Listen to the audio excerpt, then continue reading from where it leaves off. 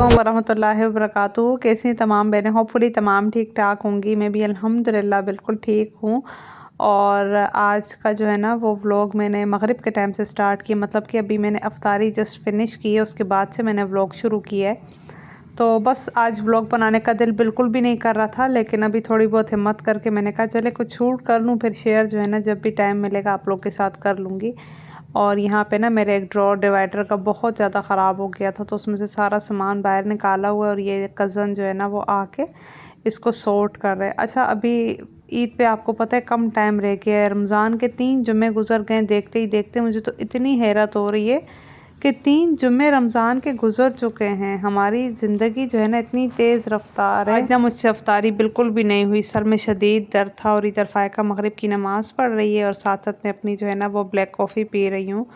और मेरे डाउन होने की वजह मैं आप लोग के साथ ज़रूर शेयर करूँगी। और बस इस वक्त जो है ना मुझे इतना अजीब फ़ील हो रहा है, मैं ख़ुद को काबू कर रही हूँ कि मैं कहीं रो ना लूँ, क्योंकि इंसान जो है ना वो तभी उस चीज़ को ज़्यादा बेटर उस चीज़ का अंदाज़ा लगा सकता है जिस चीज़ से वो गुज़र चुका है।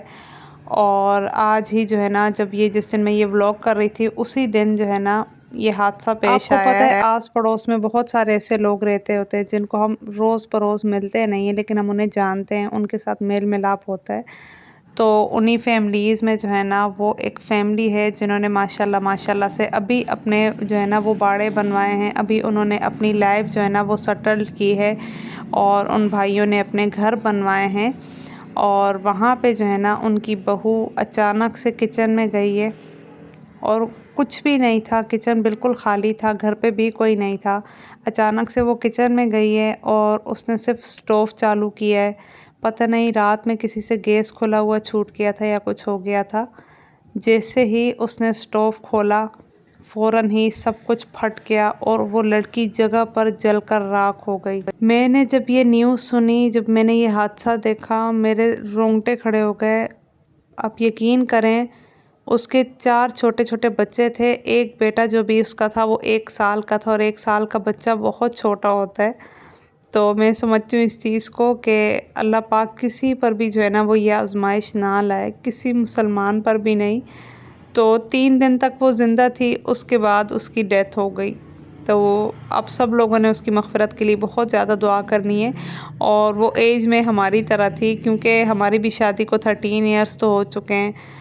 उसकी शादी को तो इतना अरसा हुआ भी नहीं था। बैक टू बैक अल्लाह पाक ने उसे 3 बेटियां और 1 बेटा दिया। और वो उसकी सास, उसकी माँ, उसका शौहर, उसका ससुर, उसका वालिद, उनके हालत के बारे में तो कोई भी ना पूछे इस वक्त क्या बीत रही है। ये रमज़ान उनके लिए इतना ज़्यादा खौफनाक और हौलनाक हो गया कि अचानक उनका हंसता बसता घर तबाह हो गया। सबसे बड़ी बात उस लड़की की जवानी, जो एक चीज़ मैटर करती है, और दूसरी बात उनकी औलाद। कभी भी सोशल मीडिया पे आके किसी वाक़े के बारे में आप लोग के साथ शेयर नहीं किया। रमज़ान में कितनी डेथ हुई हैं, कितना कुछ हो चुका होता है, मैं कभी इतना ज़्यादा पर्सनल होके आपके साथ कुछ शेयर नहीं करती। लेकिन ये जो चीज़ है ना इससे मैं ख़ुद गुज़र चुकी हूँ। हम लोग भी जब बहुत छोटे थे ना तब से अम्मी का इंतकाल हुआ था, तो ये चीज़ का अंदाज़ा मुझसे बेहतर या मेरी बहनों से या मेरे भाई से बेहतर कोई भी नहीं लगा सकता कि जब माँ नहीं होती तो इंसान किस तरह ज़िंदगी गुजारता है। सच में मैं अपनी मदर इन लॉ के पास बैठ के एक ही बात कर रही थी कि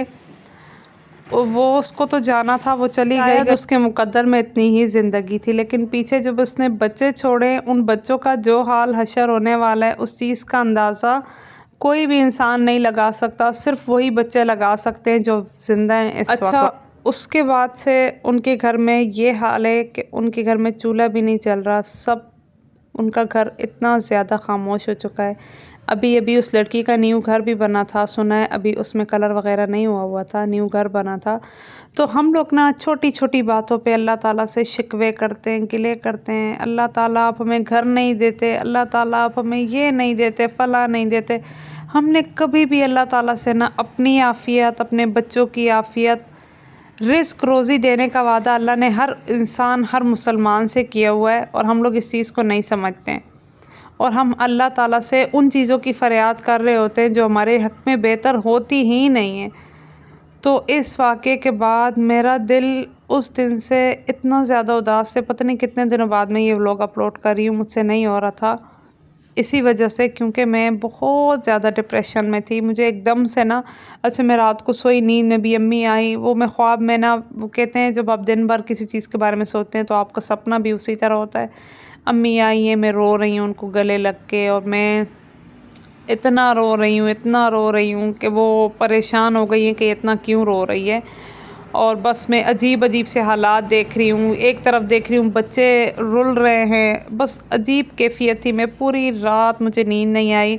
फिर मुझे खाला ने डाँटा भी, तुम मुझसे नींद की गोली ले लेती, लेकिन मुझे थोड़ा डर लगता है नींद की गोली लेने से। अब पता नहीं, मुझे ऐसे फ़ील होता है कि मैं ज़्यादा देर ना सो जाऊँ। तो उस टाइम के बाद से तो मुझे ज़िंदगी से, वैसे ही मुझे तो ज़िंदगी पर कोई भी भरोसा नहीं है, कतरा भी नहीं है। मेरा जवान कज़न, उसकी डेथ इतनी अचानक हुई है, वो भी कभी मैं आपको स्टोरी सुनाऊँगी। मैं कभी भी इस तरह के सोशल मीडिया पे ना अपने दिल की बात नहीं कहती, लेकिन आज मेरे ना, मुझे इतना रोना आ रहा था। अब सब लोगों ने अपने लिए, अपनी औलाद के लिए, अपने हस्बैंड्स, अपनी मदर इन लॉ, अपनी माँ-बाप, ससुराल वाले, सबकी ज़िंदगी आफ़ियत, उन सब के लिए खैरियत मांगा करें, उसके बाद कोई और चीज़ मांगा करें। सबसे पहले इंसान की जान, फिर उसके बाद जहान। बस इंसान का यही हाल है। हर इंसान का जो है ना वो वक्त मुकर्रर है। कोई भी इंसान इस चीज़ पे फ़ख्र या गुरूर नहीं कर सकता। क्या फ़िरौन, क्या जो है ना वो बड़े से बड़ा ज़ालिम बंदा, या क्या जिसकी जितनी उम्र हो, 200 साल जी लेगा, 500 साल जी लेगा, लेकिन कुछ मौत ऐसी होती है जो इंसान को ना वो दिल से हिला लेती है। और सच में इस वाक़ये ने मुझे ना अंदर से हिला लिया है। उसको क्या पता था कि वो किचन में जाएगी और ये किचन उसके लिए मौत का सबब बनेगा। और लोड शेडिंग ने इतना तमाशा बनाया हुआ है। गैस लोड शेडिंग में, न शहरी में गैस आती है, न अफ्तारी में गैस आती है। पाकिस्तान का इस वक्त ये हाल है कि हर बंदा ये जो अल्लाह को याद करता है ना, इसी वजह से ये मुल्क ज़िंदा है, ये मुल्क बाकी है। सच में अगर इसमें जो ये कुछ लोग हैं जिन्हें अल्लाह पाक से सच्ची मोहब्बत है, जो अल्लाह को याद करते हैं, जो अपनी नमाज़ों की पाबंदी रखते हैं, दूसरों का दिल नहीं दुखाते बिल्कुल भी, और कोशिश करते हैं ख़ुद की ज़ात से किसी का नुकसान ना हो, तो बस इन्हीं लोगों की वजह से जो है ना ये मुल्क अभी तक कामयाब है। या आप कह लें कि ये मुल्क जो है ना वो धक्के में चल रहा है। तो बस ये बात मुझे कुछ हज़म नहीं होती इस मुल्क के बारे में। नेक्स्ट डे था और आज भी मैं उतना ही ज़्यादा डाउन थी और अफ्तार प्रेप करना था। आज मैंने मैकरोनी बनानी थी, बच्चों की भी फरमाइश थी, खाला भी कह रही थी, कुछ समझ नहीं आ रहा था क्या बनाए। तो आई थॉट क्यों ना मैकरोनी बना लूँ। तो मेरी तो मोस्ट फेवरेट है, बच्चों को भी ज़्यादा पसंद है, और मैंने कल रात से कुछ भी नहीं खाया था, सहरी में भी नहीं खाया गया। बस मेरे दिमाग में वही चीज़ सवार अभी तक स्टिल दिमाग के अंदर है कि मैं, ये क्या हो गया। मैं सोच रही हूँ बच्चे किसके पास सोएंगे, वो छोटा बच्चा माँ को पुकारेगा, वो रोएगा। आप यकीन नहीं करेंगे, ख़ुद इस चीज़ से गुज़रने के बाद ना मुझे बहुत ज़्यादा अफसोस हो रहा है इस बात का। खैर मैं इमोशनल नहीं होना चाहती, बस आप लोगों से रिक्वेस्ट है, आप लोगों ने अपना भी ख्याल रखना है, अपने आसपास के लोगों का, अपनी औलाद का बहुत कोशिश करें उनको किसी चीज़ की कमी ना हो। यकीन करें, माँ के अलावा ज़िंदगी में कुछ भी नहीं है। बाप भी बहुत इम्पोर्टेंट है, लेकिन माँ बहुत ज़्यादा इम्पोर्टेंट है।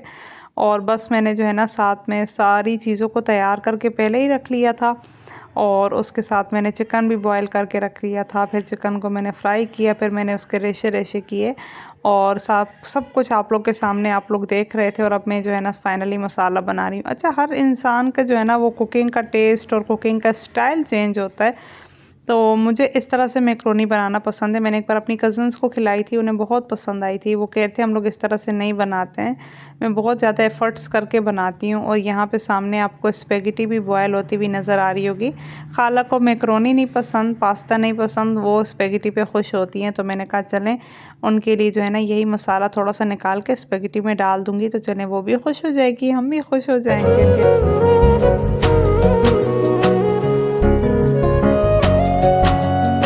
कल रात को ना मैं इंस्टाग्राम स्क्रॉल कर रही थी, तो वहाँ पे मुझे एक हदीस जो है ना मैंने सुनी, एक हदीस, एक पूरा जो है ना एक वाक़या मैंने सुना।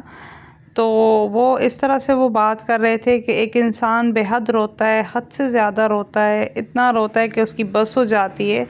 तो अल्लाह ताला जो है ना फ़रिश्तों से कहते हैं कि जाओ मेरे इस बंदे को चुप करवाओ। तो कहते हैं फ़रिश्ते आसमान से उतर के ज़मीन पे आते हैं और वो उस बंदे को चुप कराने की कोशिश करते हैं। फिर वो दोबारा आसमानों पे जाके अल्लाह ताला को कहते हैं कि अल्लाह ताला नहीं, वो चुप हो रहा, मैंने बहुत कोशिश की है, वो और ज़्यादा रो रहा है, उसका कलेजा फट रहा है, अल्लाह ताला मैंने बहुत कोशिश की है। फिर अल्लाह ताला उसे दोबारा भेजते हैं, फिर अल्लाह ताला उसे तीसरी बार भेजते हैं। तो जब वो 3 बार आके दोबारा अल्लाह पाक के पास जाते तो अल्लाह पाक से पूछते कि आपको नहीं मालूम, तो अल्लाह पाक मुस्कुराते हैं, कहते हैं मुझे सब कुछ पता है, मेरा बंदा क्यों रो रहा है। असल में मैंने इससे इसकी बहुत ही ज़्यादा कीमती चीज़ छीन ली है, तो इस वजह से ये रो रहा है। तुम जाओ और उसे समझाओ और उसे दिलासा दो कि ये जितनी कीमती चीज़ मैंने उससे ली है, इससे बढ़कर, इससे बेहतरीन चीज़ मैं उसको नवाजूँगा। तो ये चीज़ सुन के ना मुझे थोड़ा सा मोटिवेशनल लेवल मेरा थोड़ा सा ठीक हो रहा था। वैसे तो मैं बहुत अजीब फील कर रही थी। तो मैंने इस बात के बारे में मैं सोचने लग गई थी कि अल्लाह पाक इंसान से अगर कोई चीज़ छीनते हैं तो उससे पहले ही अल्लाह पाक उसके लिए वसीला बनाते हैं। जब मेरी अम्मी की डेथ हुई थी ना, तो उस वक़्त मेरी नानो ज़िंदा थी, क्योंकि मेरी जो सबसे छोटी बहन है ना, हम 5 सिस्टर्स हैं। जो सबसे छोटी बहन है ना, ट्विन सिस्टर, तो वो ना उस वक़्त 1.5 महीने की थी, मतलब कि सवा महीना जो होता है। अम्मी अभी जस्ट जो है ना, अम्मी ने सवा महीना गुज़ार लिया था। तो उस पे ना फिर मेरी नानो को जो है ना अल्लाह पाक ने ज़िंदगी दी थी। तो पहले मेरी मामियों ने फ़ीड करवाया, उसके बाद उन दोनों जुड़वा बहनों को, ट्विन्स थी दोनों।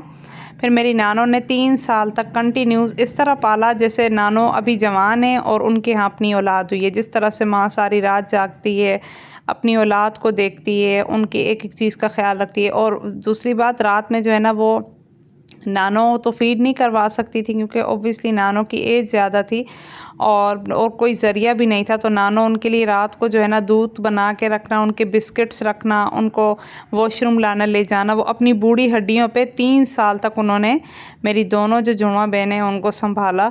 और उसके बाद मेरी दोनों बहनों का वसीला जो है ना अल्लाह ताला ने मेरी खाला को बना दिया। मेरी एक ही खाला है, वन एंड ओनली, जो मेरी मदर इन लॉ भी हैं इस वक्त।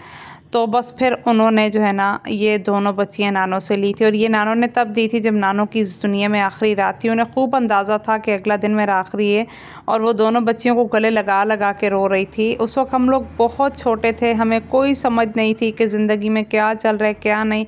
बस पागलों की तरह कभी एक के पास जाते, कभी दूसरे के पास जाते, और ख़ुद में ना दूसरों में ना अपना सुकून ढूंढते रहते थे। बात आई वसीले की, तो मुझे ये बात याद आ गई, तो मैंने आप लोग के साथ शेयर कर ली। और बातों ही बातों में सारी इफ्तारी भी तैयार हो गई, और होपफुली आप लोगों ने मैक्रोनी की भी डिटेल में रेसिपी देखी। बस अब मैं इफ्तार करूँगी और व्लॉग को भी यहीं पे एंड